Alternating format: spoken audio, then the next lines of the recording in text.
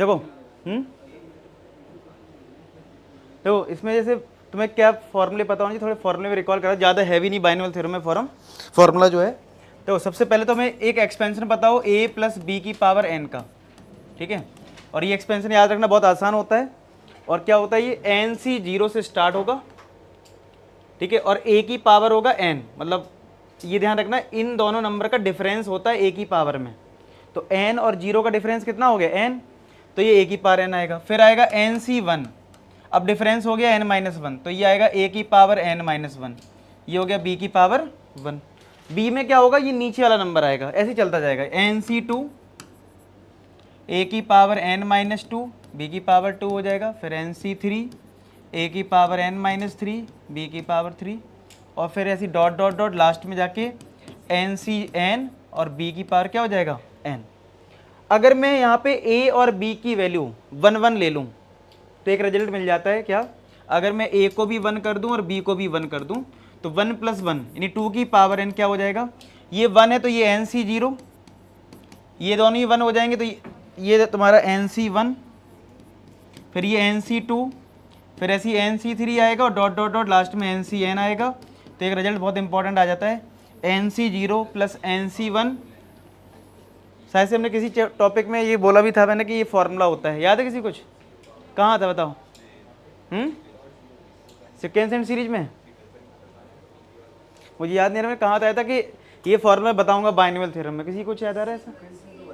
Sequence and series में जब a बोला गया था कॉमन ले लो तो वो 2 की पावर कुछ बन रहा था, कुछ मुझे जितना याद आ पा रहा है, ठीक है, ऐसी सीक्वेंस सीरीज में था मतलब, ठीक है। तो याद रखो ये formula, n c 0 n c 1 to n c 2 n c 3 और एन सी n, ये वैल्यू जो है वो 2 की पावर n के इक्वल होता है।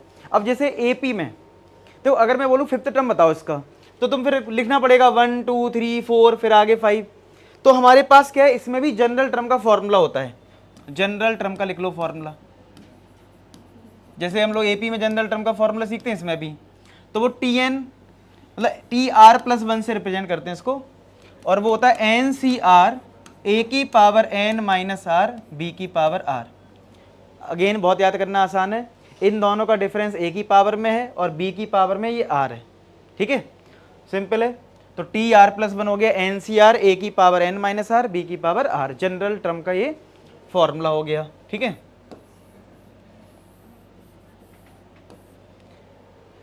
ठीक है, एन सी आर ए की power n minus r b की पावर r, ठीक है। अब देखो अगर तुमसे मैं बोलूँ फिफ्थ टर्म बताओ, तो r को तुम कितना रखोगे, 4 पुट कर दोगे तो 4 प्लस 1 5 ही रखोगे, r को तो 4 रखोगे ना, क्योंकि 4 प्लस 1 5 हो जाएगा, फिफ्थ टर्म मिल जाएगा। एक तो ये समझना है, ठीक है, कि अगर तुमसे कोई 6 टर्म पूछ रहा है तो r 5 होगा और इसमें पुट कर दोगे, ठीक है। अब एक चीज़ हमें समझनी है, मिडिल टर्म, अगर कोई क्वेश्चन मिडिल टर्म पे आ जाए तो इसमें क्वेश्चन देखो सबसे ज़्यादा जो मैंने देखे हैं वो किस पे बनेंगे, एक तो कोफिशिएंट पे और एक जनरल टर्म पे, ठीक है। तो कोफिशिएंट में भी आपको जनरल टर्म ही निकालना पड़ेगा। इसको एक एग्जांपल समझाऊं, अगर मेरे लिए a 1 और b x है और पावर n है, तो मैं इसका जनरल टर्म अगर लिखना चाहूं तो क्या लिखूंगा, n c r। अब a तो इसमें 1 ही है, तो क्या सीधा x की पावर r आ जाएगा कि नहीं आ जाएगा भाई, b में नीचे वाला होता है तो वो आ जाएगा। तो अगर मैं तुमसे बोलूं x की पावर 3 का कोफिशिएंट बताओ, तो r कितना रखना होगा, 3, समझ रहे हो। तो कोफिशिएंट मतलब ये अभी मैं क्वेश्चन करवाऊंगा तो रट जाएगा लोग कैसे होता है, पर इतना समझाने की कोशिश थी कि हाँ कोफिशिएंट के क्वेश्चन भी करने के लिए हम क्या करेंगे, जनरल टर्म लिख देंगे, ठीक है। तो हमें किन किन क्वेश्चन में हेल्प मिलेगा, जनरल टर्म के क्वेश्चन में कोई 14 टर्म बोल रहा है, कोई 13 टर्म बोल रहा है, तो टर्म निकालने में तो ये फॉर्म लगाना है, और कोफिशिएंट के क्वेश्चन में भी हमें ये फॉर्म लगाना है। कुछ क्वेश्चन कोफिशिएंट के होंगे लॉजिकल बेस्ड, लॉजिक लगाना पड़ेगा उसमें, वो शायद पहले ही क्वेश्चन है, शायद से भी देखेंगे। मिडिल टर्म में क्या होगा, मिडिल टर्म का फॉर्मूला बुक में मिल जाता है, लेकिन मैं कहता हूँ फॉर्मूला याद मत रखना, इसको एक तरीके से समझ लो कि जो हम नॉर्मली 10th क्लास में सीखते हैं कि आप क्या करो, पहले नंबर ऑफ टर्म्स पता कर लो। अच्छा, अगर मैं कहूँ a प्लस बी का होल स्क्वायर, कितने नंबर ऑफ टर्म्स होते हैं, 3 होते हैं, एक ज़्यादा होता है। a प्लस बी के होल क्यूब में कितना होता है, 4। इसका मतलब जो भी एक्सपेंशन दिया होगा, मान लो a प्लस बी की पावर n ही है, तो इसमें नंबर ऑफ टर्म्स कितने होंगे, n प्लस 1। तो मैं आपको मिडिल टर्म बता रहा हूं नंबर ऑफ टर्म्स के बेसिस पे, पावर के बेसिस पे नहीं, नंबर ऑफ टर्म्स के बेसिस पे। तो मैं मान रहा हूं कि अगर किसी में नंबर ऑफ टर्म्स अगर ऑड हैं, ठीक है। तो हमारे मिडिल टर्म कितने होते हैं? 2 मिडिल टर्म, सॉरी ऑड है, ऑड लिया ना मैंने, एक, जैसे 3 टर्म्स हैं तो कितना ऑड टर्म? एक ही होगा, लेकिन 4 होंगे तो कितने होंगे मिडिल टर्म? 2। तो अगर नंबर ऑफ टर्म्स अगर ऑड हैं तो अगर कोई बोले मिडिल टर्म क्या होगा, तो मिडिल टर्म हो जाएगा 2 होंगे, एक होगा, सॉरी अगेन मैं एक बार अगर ऑड में एक होता है तो वो होता है n + 1/2 है। और ये ध्यान थोड़ा रखना, n यहाँ पे ये पावर n नहीं है, मतलब अगर मान लो यहाँ 3 पावर होती या 4 होती पावर तो नंबर ऑफ टर्म्स 5 है, वो मेरा n5 है यहाँ पे। तो ये चीज़ थोड़े, वो n और ये n सेम हो सकता है, लेकिन आप माइंड में ध्यान रखना ये n है क्या, ये n नंबर ऑफ टर्म्स को रिप्रेजेंट कर रहा है। ठीक है, आप चाहो तो इसको कैपिटल n कर लो, सबसे बढ़िया, नहीं तो ये n में से n में कन्फ्यूज होगे ना। चलो इसको मैं कैपिटल n कर देता हूँ, सबसे बढ़िया रहेगा। ठीक है, अब क्लियर है, वो n है, ये n कैपिटल n है। ठीक है, तो पेपर में अगर कोई पावर दे रखी है तो सबसे पहले कैपिटल n निकाल लेना कि नंबर ऑफ टर्म्स क्या है, ऑड है, इवन है। अगर नंबर ऑफ टर्म्स इवन हुए, नंबर ऑफ टर्म्स जो हैं वो हमारे अगर इवन है तो 2 मिडिल टर्म होंगे। कौन कौन से होंगे पता है? क्या होंगे मिडिल टर्म बताओ? n/2 और एक होता है n/2 + 1। ठीक है, तो एक होगा n/2 और एक होगा n/2 + 1। तो इसके मिडिल टर्म्स हो जाएंगे n/2 एंड n/2 + 1। तो ये तुम्हारे मिडिल टर्म हो, नोट कर लो इसको।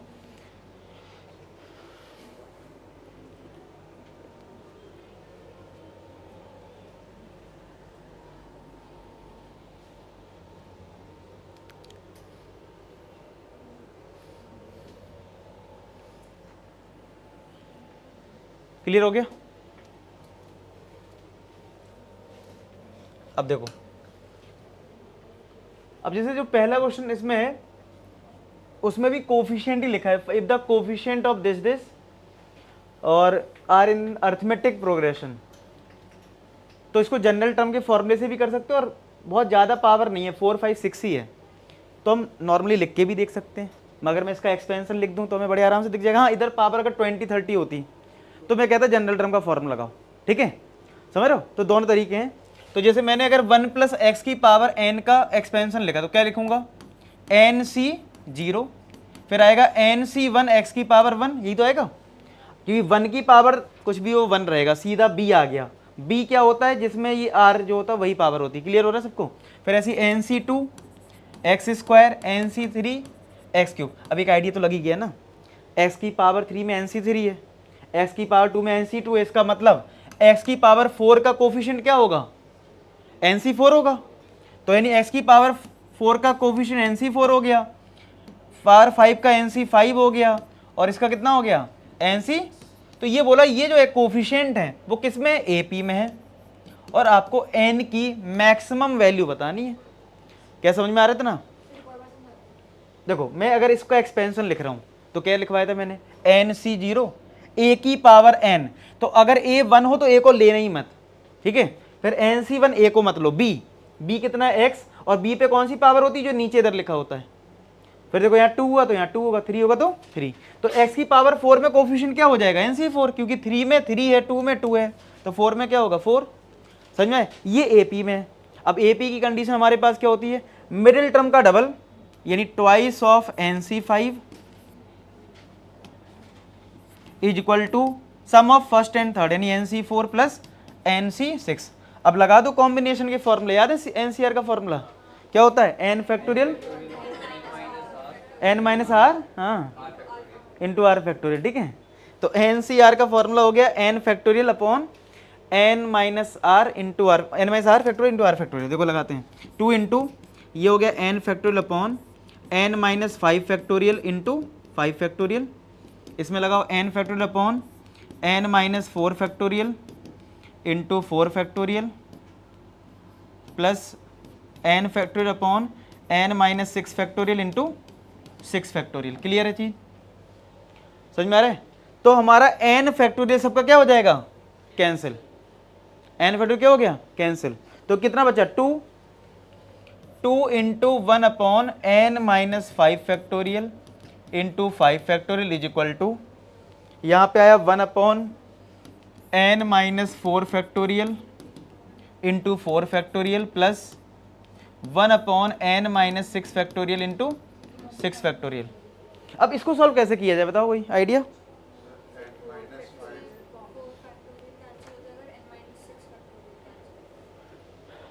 n-6 फैक्टोरियल कैंसिल हो जाएगा किससे? तो ओपन किस किस को करना चाहिए हमें? जो बड़े नंबर होते हैं। तो n-6, n-4, n-5 में सबसे छोटा नंबर कौन सा है? n-6। तो इसका मतलब 4 को एक्सपेंड करना होगा और 5 को एक्सपेंड करना होगा। और एक्सपेंड कैसे होता है? एक कम होता है। जैसे 5 फैक्टोरियल कितना होता है? 5 इंटू 4 इंटू 3, एक कम होता जाता है ना। तो ये कितना आएगा देखो, 2 इंटू 1/n-5 हो जाएगा n-5, एक और कम कर दिए तो कितना आ जाएगा? और इधर ही रोक दो क्योंकि इससे कैंसिल करना है हमें 6 फैक्टोरियल। ठीक है, ऐसे देखो 6, 4, 5 में सबसे छोटा नंबर कौन है? 4। तो 4 को छोड़ दोगे, 5 को एक्सपेंड करोगे, तो 5 into 4 factorial is equal to n-4 को एक्सपेंड करो तो n-4, एक और कम होगा n-5, एक और कम होगा n-6 फैक्टोरियल, और 4 फैक्टोरियल को छोड़ दो। क्लियर हो रहा है किसको छोड़ना है किसको एक्सपेंड करना है? समझ पा रहे हो? छोटे नंबर को छोड़ देना है, बड़े नंबर को एक्सपेंड करना है। ये लॉजिक याद रखना है आपको। तो यहाँ पे n-6 को छोड़ देना है, 6 तो फैक्टोरियल को एक्सपेंड कर देना है। तो यहाँ पे आया 1/n-6 फैक्टोरियल, और 6 को एक्सपेंड करा 6, 5, 4 फैक्टोरियल। ठीक है, तो देखो 4 फैक्टोरियल से 4 फैक्टोरियल, 4 फैक्टोरियल हो गया कैंसिल, n-6 से n-6 से n-6 कैंसिल हो गया। एक मिनट, हाँ प्लस लगा लेते हैं। ठीक है यहाँ तक। अब क्या बचा हमारा? 2 बचा ऊपर, नीचे है 5 ब्रैकेट में n-5 इज इक्वल टू, यहाँ पे बचा है n-4, n-5, और यहाँ प्लस 1/30। ऐसे यार चेक करना। अब देखो इसमें क्वाड्रेटिक ही बनेगा और कोई ऑप्शन तो दिख नहीं रहा है। क्वाड्रेटिक बन गया होगा, कर लिया है? कितना आ रहा है आंसर? तो मुझे बताओ इसमें सिंप्लीफाई करने के बाद क्वाड्रेटिक क्या बना था? प्लस 98। चेक कर लेना, ठीक है, कि मतलब ये क्वाड्रेटिक आएगा। एक बार मैं चेक कर लेता हूँ सही है कि नहीं। तुम्हारा भी ये है क्वाड्रेटिक? n², हाँ ठीक है, 21, 98। तो यहाँ से मिडिल टर्म स्प्लिट करोगे तो n की 2 वैल्यू आ रही, क्या आ रही है? n की वैल्यू 7 और 14। तो इसमें आप मैक्सिमम वैल्यू बोली थी तो 14 आंसर हो जाएगा। क्लियर है? तो इसको सिंप्लीफाई करने क्या करोगे? एलसीएम ले लोगे और आंसर निकालो। ठीक है, इसमें इधर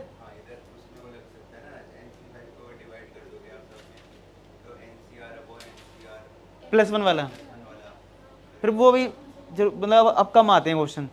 ये प्रॉपर्टी वाला पार्ट हटा दिया वैसे तो, लेकिन फिर भी मैं उम्मीद करता हूँ दे सकते, तो सबसे बढ़िया सॉल्व कर लेंगे।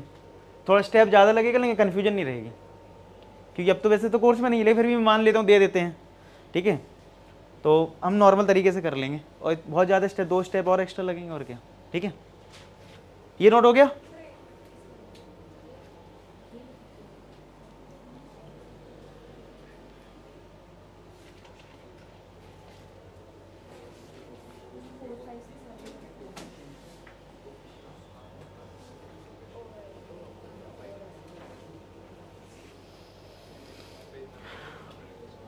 अब हो गया नोट?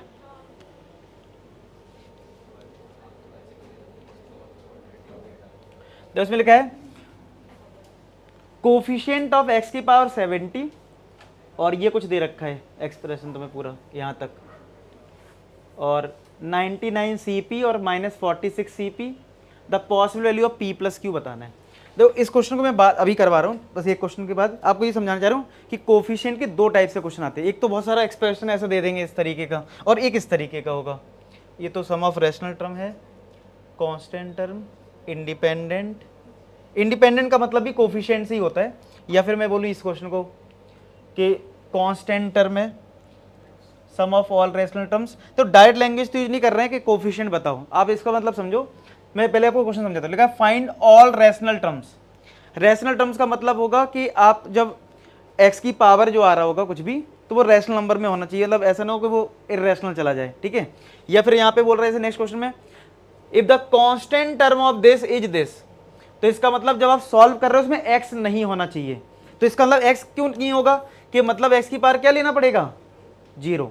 तो आप इनडायरेक्ट वे में ये भी बोल सकते हो कि x की पावर 0 का कोफिशिएंट ये है। बात समझ रहे हो, क्लियर समझो। जैसे इसमें लिखा है नेक्स्ट में, the term independent of x, independent of x का क्या मतलब है कि x नहीं हो, और x ना होने का मतलब x की पावर 0। तो ये अलग अलग लैंग्वेज में पूछ लेता है। और इसका भी मतलब क्या है कि ये पूछना चाह रहा है कि इस वाले एक्सपेंशन में x की पावर 0 का कोफिशिएंट 105 है। आई बस में, यानी मैं समझाना चाह रहा हूँ कि ऐसे क्वेश्चन में क्या है, सिंपल एक पावर के फॉर्मेट में दे रखा होगा और कोफिशिएंट की बात हो रही होगी कुछ, ठीक है। और एक जो है ये दूसरा जो क्वेश्चन लिया है, ये इसमें ऐसा नहीं है, इसमें कुछ अलग टाइप का फॉर्मेट है। तो दो ही टाइप के क्वेश्चन बनेंगे कोफिशिएंट के, तो हम क्लियर कर लेते हैं।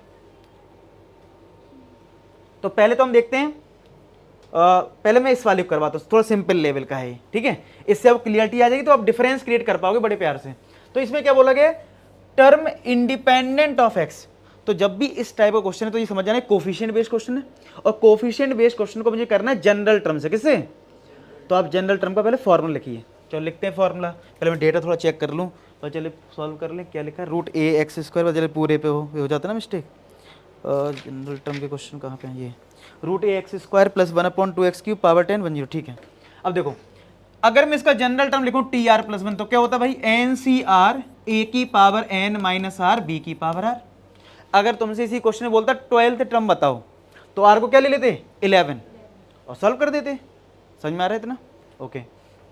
अब आपको क्या करना है, हमें पहले a और b पुट करना होता है और पावर पुट करनी होती है। पावर कितनी है, 10, तो 10CR a कितना है, ये पूरा, ये a है और ये b है, तो root a x square power है n माइनस का r। यहां तक क्लियर है। b की पावर r, b क्या है यहाँ पे, 1/2x³ पावर है इसकी r, ठीक है। यहां तक कोई दिक्कत तो नहीं इसमें।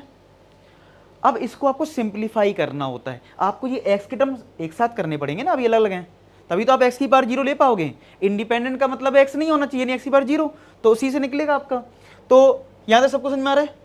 तो चलो यहाँ पे सिंप्लीफाई करते हैं। 10CR, ये देखो ये जो पावर है ना दोनों को मिलेगी, इसको भी मिलेगी, नहीं रूट ए की power n minus r, x square की भी पावर n माइनस आर, ठीक है, इसकी भी power n minus r, x square की भी पावर n माइनस आर। अब देखो 1 की पावर r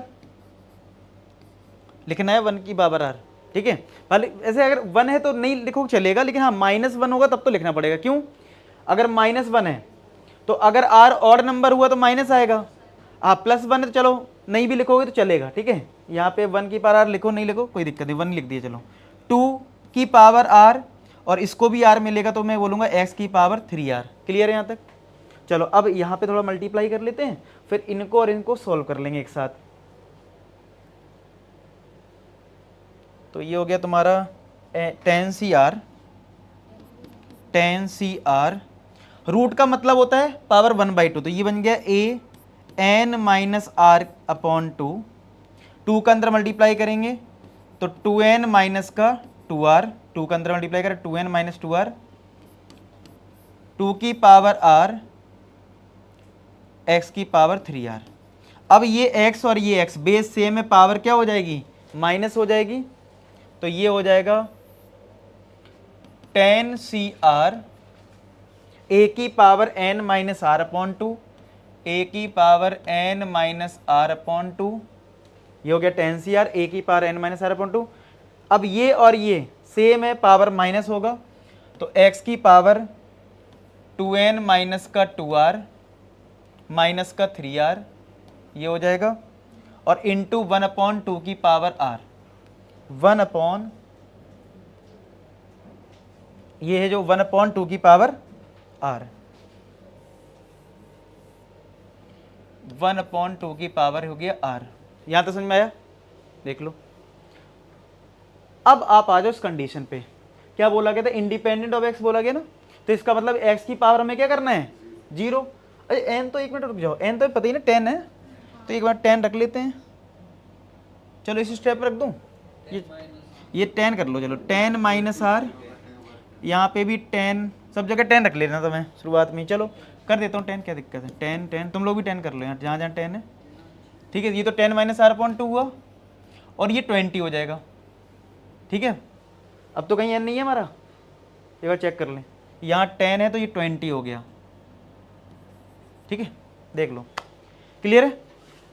अब आपसे बोला गया था कि इंडिपेंडेंट ऑफ एक्स है, इसका मतलब इस वाली पावर को जीरो कर दो, एक्स की पावर जीरो होना चाहिए, तो 20 माइनस का 2r माइनस का 3r किसके इक्वल, जीरो के। तो 20 इज इक्वल टू 5r, तो r कितना आ गया, 4 आ गया।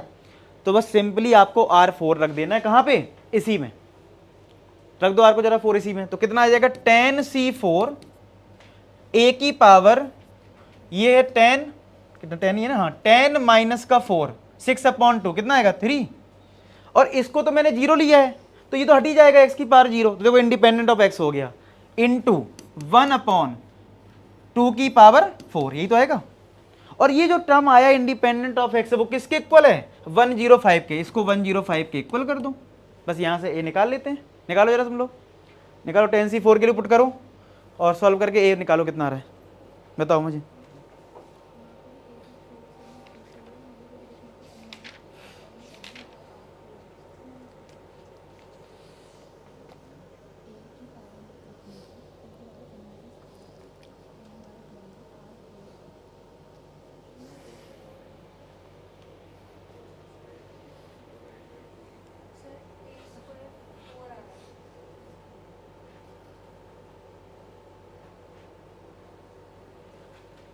क्या रहा है, ए स्क्वायर हमें निकालना था, तो चेक करो क्या ए स्क्वायर के लिए 4 आ रही है, मतलब a2 आ रहा है क्या, मतलब a2 आ रहा होगा।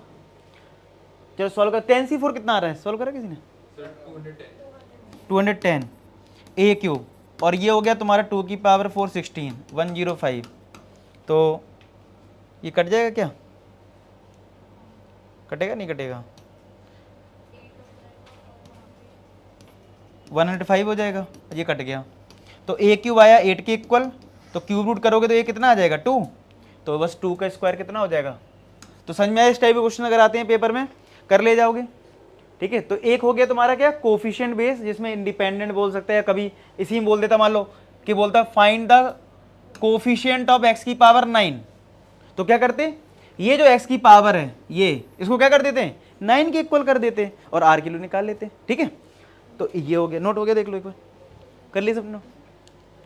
अब जैसे इसमें लिखा है, ये क्या लिखा है इसमें, find sum of all rational terms. भाई टर्म्स की बात कर रहे हैं तो पहले हम जनरल टर्म निकाल लेंगे और आर की टर्म में लिखेंगे, उसी से डिसाइड करेंगे। ठीक है, तो चलो करते हैं, पहले इसका अगर मैं जनरल टर्म लिखूं, टी आर प्लस 1, फॉर्मूला भाई एन सी आर, ए की power n minus r, b की पावर आर, पुट कर दो वैल्यू, एन हमारा 15, सी आर, ए हमारा 2 की power 1/5 power 15 minus r, b हमारा है 5 की पावर 1/3 पावर आर। क्लियर है, कोई दिक्कत तो है नहीं इसमें। तो कितना हो जाएगा ये 15 सी आर 2 की पावर, ये आपस में मल्टीप्लाई होते हैं, तो 15 माइनस r/5 और ये 5 की पावर r/3 हो जाएगा, तो 15 सी आर 2 की पावर, ये सेपरेट डिवाइड कर दो, 3 माइनस r/5 और ये तुम्हारा 5 की पावर r/3, तो ये हो गया टी आर प्लस 1। अब यहां से समझते हैं क्या पूछना चाह रहा था, ऑल रैशनल टर्म। देखो रैशनल टर्म तब आएगा ना, ये जो पावर है यानी कि खासकर r, अगर r एक इंटीजर वैल्यू रहेगी तब तो आ जाएगा रैशनल टर्म। अब इंटीजर ही ना रहे, r पॉइंट में आ जाए तो वही सीधी सी बात है, फिर गड़बड़ हो सकता है। ठीक है, तो हमें क्या करना पड़ेगा, r को एक ऐसा नंबर लेना पड़ेगा जो 5 से भी डिविजिबल और 3 से भी डिविजिबल हो। तो 15 हो सकता है या 0 भी हो सकता है, क्योंकि 0 से डिवाइड करोगे तो यानी r की जो वैल्यू है वो 15 हो सकती है, या फिर दो केस बन रहे हैं तो दोनों निकाल लेंगे, फिर इसको हमें सम भी करना है। ठीक है, तो केस 1 में मैंने r को ले लिया 15, क्यों 0.5, तो 5 के 0 तो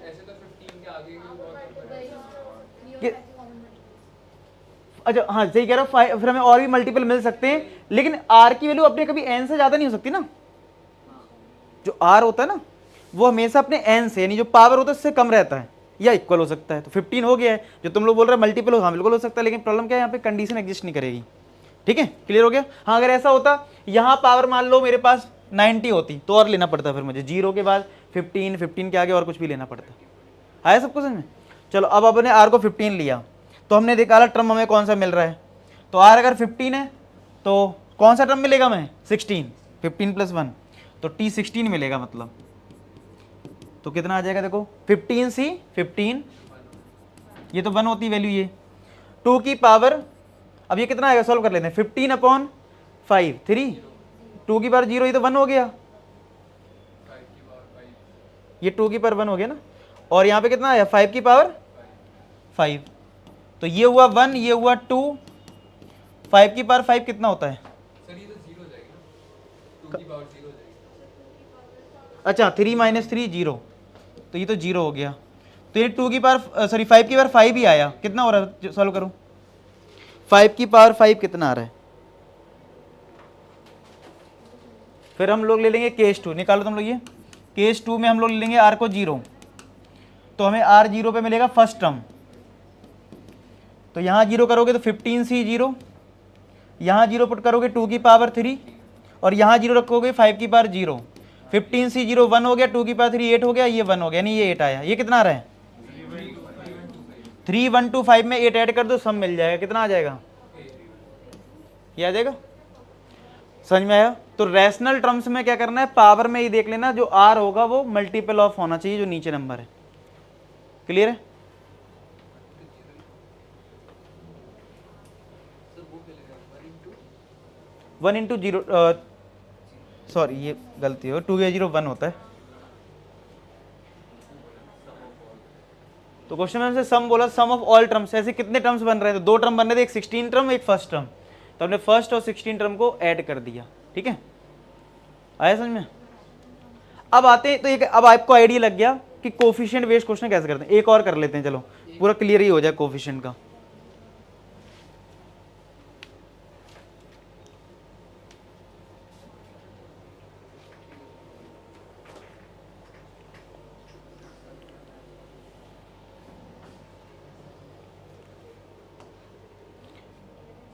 चलो इसमें करो, लिखा है constant term in the expansion, same ही बात है, मतलब आपको इसका कांस्टेंट टर्म निकालना, आप जनरल टर्म निकालो और x की पावर को क्या ले लेना 0, ठीक है, और उसको इक्वल कर देना इसके, और मेरे को हाँ हाँ जनरल टर्म से ही करना है। एक बार उसमें डेटा चेक तुम लोग सॉल्व करो, मैं चेक कर लेता हूँ सब सही है ना। x की power 5/3 upon x 2x upon cube root of 5 power है 12, पावर यहाँ पे देखो सही रहा, चेक कर लेता हूँ, 12 है पावर, ठीक है, नॉट 1/2, बाकी ठीक है। a इंटू 2 की पावर 8 5/3 25 अल्फा, और ये जो a लिख रहा है वो अल्फा है, मतलब जैसे ये चाहे a मान लो चाहे सेम है मतलब। चलो अब करो, सब सही है। कांस्टेंट का मतलब x की पावर जीरो। हाँ x की पावर 0 जो भी करवाए, कांस्टेंट का मतलब जनरल टर्म लिखो, और x की पावर क्या होना चाहिए 0।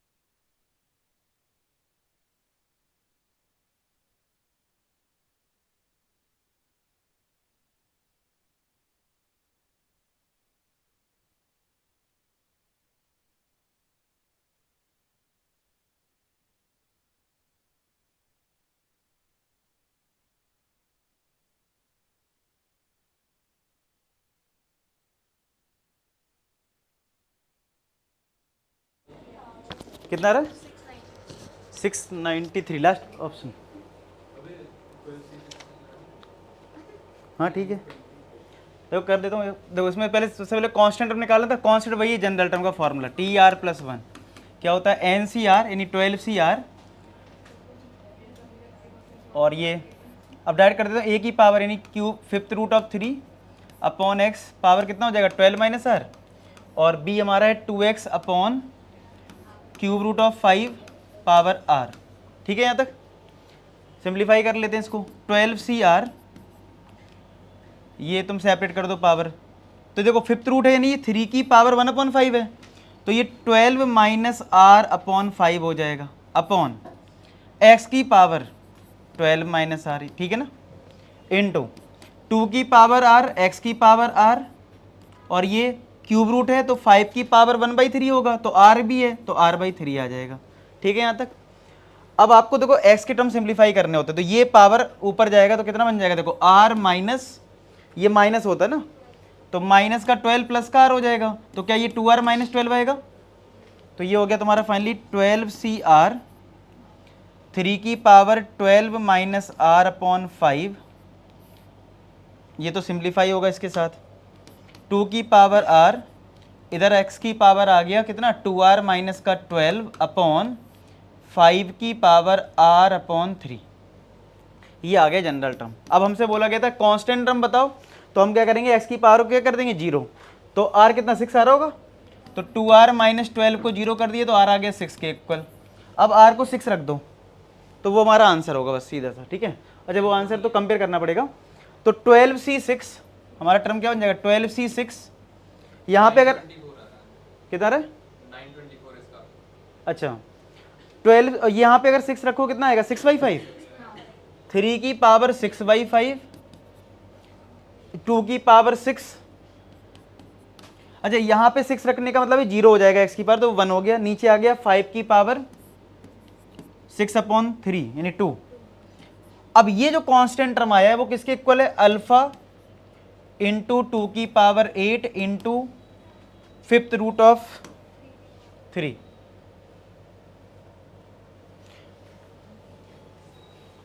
तो ये हो गया फिफ्थ रूट ऑफ 3। अब ये तो कुछ कौन किससे कैंसिल होगा, ये कितना आ रहा है 12c6 सॉल्व करा क्या 924, अच्छा 12 को लिख के पूरा एक्सपेंड करके तुमने सॉल्व करा इसको, तो देखो अगर मैं चलो एक्सपेंड करूँ तो कितना आएगा 12 फैक्टोरियल अपॉन n माइनस यानी 6 फैक्टोरियल इंटू 6 फैक्टोरियल। ठीक है, 2 की पावर 6 से ये 2 की पावर 8 कट गया तो 2 की पावर 2 बचा। ये ठीक है, क्यूब 5 रूट 3 कट जाएगा उससे। कौन सा, देखो अभी एक काम करते हैं, इसको 3 की पावर 6/5 रहने देता हूँ, ये 5 की पावर 2 है 25, मतलब ये अल्फा 2 की पावर 2 4 हो गया, ये 3 की पावर क्या है 1/5 है। अब हम लोग क्या कर सकते हैं, इसको डिवाइड, इसको मल्टीप्लाई, इसको डिवाइड भेज सकते हैं। ठीक है, फिर माइनस माइनस कर लेंगे।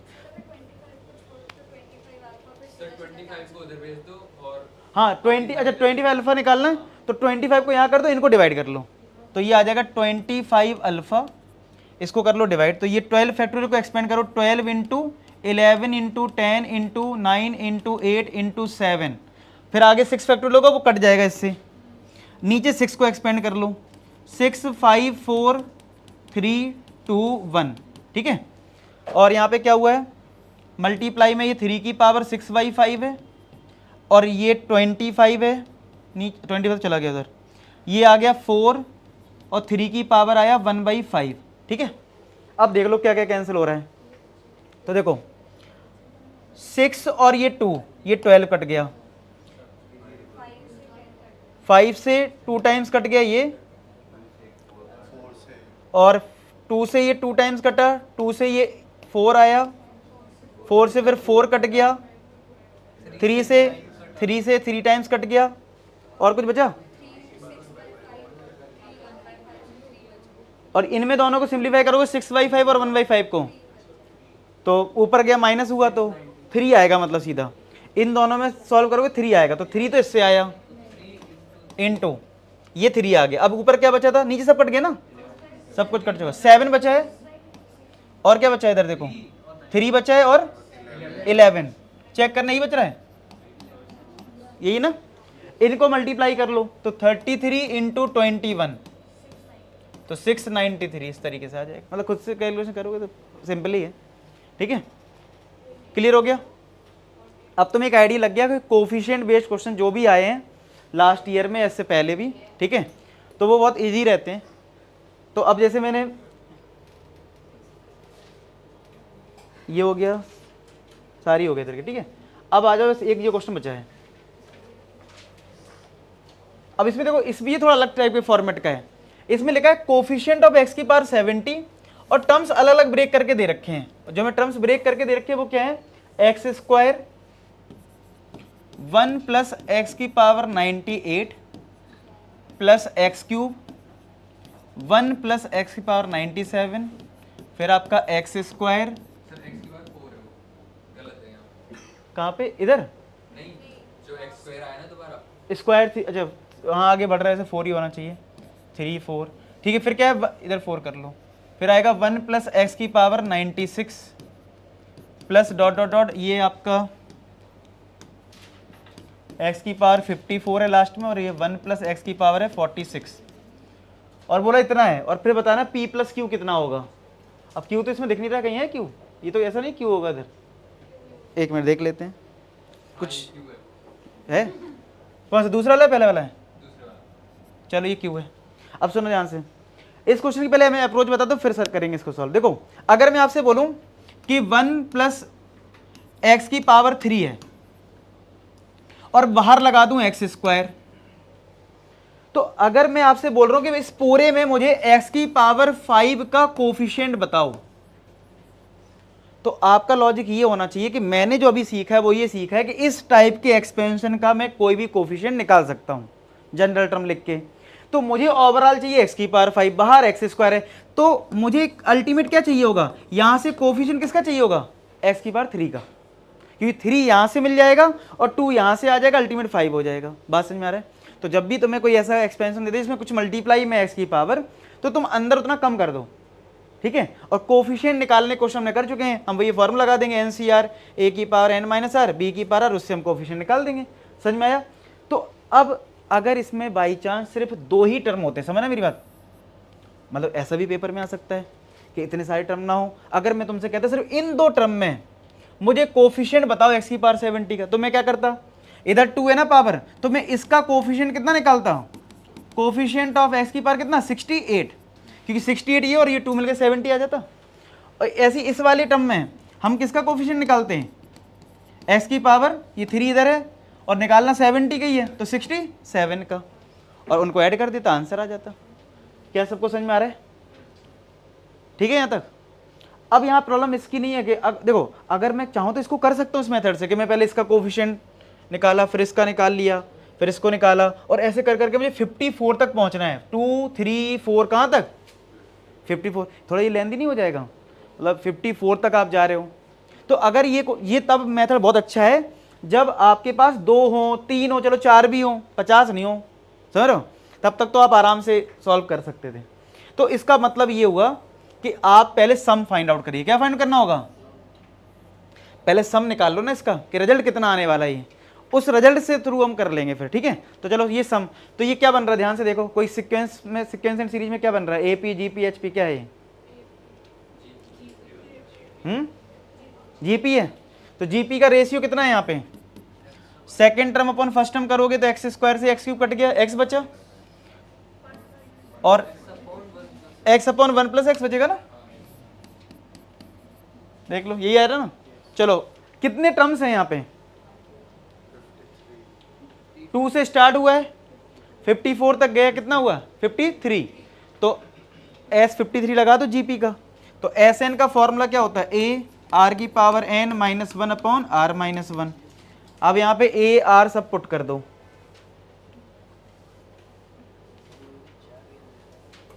तो यहाँ पे अब तो A हमारे पास है एक्स स्क्वायर 1 प्लस, ये पहला टर्म है, 1 प्लस एक्स की पावर 98 ब्रैकेट, R हमारे पास है x अपॉन 1 प्लस एक्स की पावर और एस हमें कितना निकालना, 53 ना, तो एन हमारा हो गया 53 यहाँ पे -1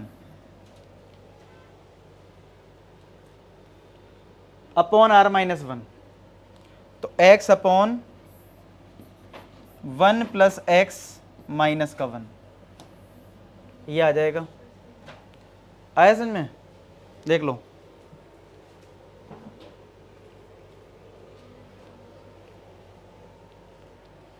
क्लियर है? तो ये आ गया x स्क्वायर 1 + x की पावर 98 x अपॉन 1 + x की power 53 -1 upon x upon 1 + x -1। ठीक है, अब इसको मैं सिंप्लीफाई करना पड़ेगा, तो करते हैं। ये x की पावर 53, मतलब इसको सिंप्लीफाई करके हमें एक जनरल टर्म में ले आना है और फिर उसके बाद डिसाइड कर लेंगे पावर हमें कैसे कैलकुलेट करनी है। तो ये अभी आ रहा है x स्क्वायर 1 + x की पावर 98, ये इतना आया। अब इधर सॉल्व करते हैं ब्रैकेट, तो ये x की पावर 53 अपॉन 1 + x की पावर 53 माइनस का 1 अपॉन, यहाँ पे अगर 1 + x अगर एलसीएम लिया तो x -1 माइनस का x, चेक करो यही आएगा ना, ये इधर गया तो x क्या हो जाएगा, कैंसिल, तो -1 बचा। ठीक है, और ये 1 + x बचा, इधर एलसीएम ले लेते हैं। तो 1 + x कट जाएगा ना, किससे? 97 आ जाएगा। इधर नहीं, ये तो ऊपर जाएगा ना, ऐड होगा ये तो ना, तो 99 हो जाएगा। 99 हो जाएगा। देखो ये टर्म जो है वो ऊपर पहुंचेगा तो ऊपर इसके साथ मल्टीप्लाई कर दो, तो x स्क्वायर 1 + x की पावर हो गया 99। और ये एडिटिव इन्वर्स हो जाएगा। कौन सा वाला ये? 1 ऊपर -1 मल्टीप्लाई कर देंगे। हाँ -1 ऊपर पहुंच जाएगा, तो मैं चाहूँ तो माइनस इधर बाहर लगा सकता हूँ। ठीक है, ये जो -1 बचा ना, ये तो ऊपर जाके इधर माइनस लगा दो। अब बस इसको सॉल्व करते हैं, तो ये हमें एलसीएम लेना पड़ेगा 1 + x की पावर 53, तो ये आएगा x की पावर 53 माइनस 1 + x की पावर 53, ये स्टेप चेक कर लो। ठीक है, सही चल रहा है। अब ये और ये देखो सिंप्लीफाई हो जाएंगे, बेस सेम है। कितना हो जाएगा, 99 में 53 गया, कितना आएगा, 46 आ जाएगा। तो ये एक माइनस की भी प्रॉब्लम क्या लेना है, इस माइनस को अंदर कर दो, ये प्लस बन जाएगा, और ये तो ये बन जाएगा 1 + x की पावर 53 माइनस x की पावर 53, और इधर बाहर क्या बचा हमारा, x स्क्वायर, और ये सॉल्व हो गया 46 आ गया, 1 + x की पावर 46। यहाँ तक क्लियर है? अब इनको मल्टीप्लाई भी कर लो। ठीक है, तो मल्टीप्लाई करा तो देखो जब ये इसमें मल्टीप्लाई होगा कितना आ जाएगा, 46 और 53 ऐड हो जाएगा, कितना हो जाएगा, तो 1 + x की पावर क्या आ जाएगा, 99 माइनस, जब ये इसमें मल्टीप्लाई होगा, ध्यान सुनना, 53 और ये 2 ऐड हो गए 55, और 1 + x की पावर, अब देखो बिल्कुल सही फॉर्मेट आ गया जो मैं चाह रहा था कि 2 टर्म या 3 टर्म में ब्रेक हो जाए। अब मुझे चाहिए x की पावर 70 का कोफिशिएंट, समझना, यहाँ पावर 2 है तो इसका कोफिशिएंट कितना चाहिए होगा, 68, इसका चाहिए कोफिशिएंट 68, और 68 कोफिशिएंट क्या होगा पता है, एन सी, एन मतलब 99, सी 68 ही होगा। ये समझ में आ गया सिंपलीफाई। अब मुझे चाहिए है x की पावर 70 का कोफिशिएंट, तो यहाँ पहले से पावर 2 तो है ही, तो अंदर वाले पार्ट से मुझे क्या चाहिए होगा, कोफिशिएंट, मतलब x स्क्वायर तो पहले से है मेरे पास, तो मुझे 70 बनाने के लिए x की पावर 68 ही तो चाहिए बस, तो मुझे यहाँ से कोफिशिएंट चाहिए किसका, x की पावर 68 का, और इसका कोफिशिएंट कैसे निकलता है, अब वो समझ लेते हैं जो कन्फ्यूजन 67 है 68 की है। आओ एक्सपेंड करके देख लेते हैं ना, अगर 1 + x की पावर n है तो होता क्या है, nc0, nc1 x की पावर 1, nc2 x की पावर 2। क्या समझ में आ रहा है इसमें? अगर मैं आपसे बोलूं कोफिशिएंट x की पावर 2 का कितना है, तो अगर मैं x की पावर 3 का पूछूं कितना होगा, 68 का पूछूं कितना होगा, nc68। क्लियर है बात? तो यहाँ पे जो है इसका जो रिजल्ट आएगा वो कितना आ जाएगा, nc68, तो ये हो गया। अब n कितना है यहाँ पे, 99, तो 99c68, बात क्लियर है, माइनस, अच्छा ये 55 है, 70 बनाना है, यहां से कितना चाहिए होगा, 15, समझ पा रहे इस बात को, 15 चाहिए, पावर कितनी 46, तो 46c15, हमें दे रखा था ये देखो 99cp, तो p कितना हो गया 68, माइनस 46q, तो q कितना हो गया 15। अब तुम्हें दोनों क्या करना है, ऐड करना है, p + q, तो 68 + 15 कितना हो जाएगा 83 आया समझ में। तो कोफिशिएंट का जो एक्सपेंशन बेस्ड क्वेश्चन होता है वो भी मैंने क्लियर कर दिया कि आप इस चीज का ध्यान रखें कि मल्टीप्लाई किस किस में करना है। समझ में आया?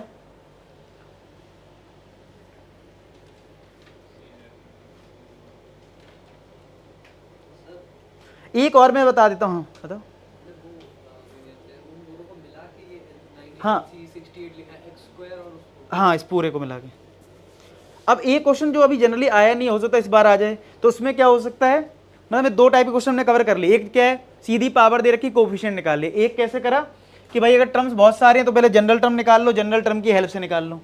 अब एक ऐसा आ जाए कि मान लो यहाँ पे कुछ ब्रैकेट में बहुत सारे टर्म्स लिखे हों और एक दूसरे ब्रैकेट में बहुत सारे टर्म लिखे हों, जैसे फॉर एग्जाम्पल NC5 x की पावर 3, NC7 x की पावर 2, NC8, मैं ऐसी रैंडमली लिख रहा हूँ, इसमें मेरा ये मतलब ये नहीं पता, गलत भी हो सकती है पावर, ठीक है, मैं रैंडमली ऐसे लिख रहा हूँ, ठीक है, सिर्फ समझाने के लिए।